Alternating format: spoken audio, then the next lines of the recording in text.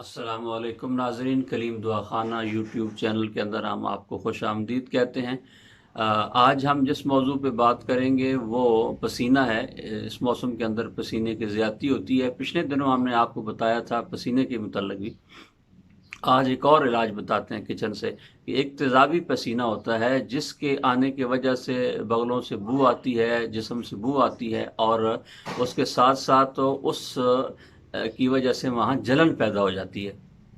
بعض اوقات جو ہے بغلوں کے نیچے اور ٹانگوں کے درمیان میں کٹ لگ جاتے ہیں۔ تو اس کا بڑا آسان علاج ہے آپ کے کچن کے اندر سے کہ آپ نے ایک قہوہ کا گلاس جو ہے روزانہ پینا ہے۔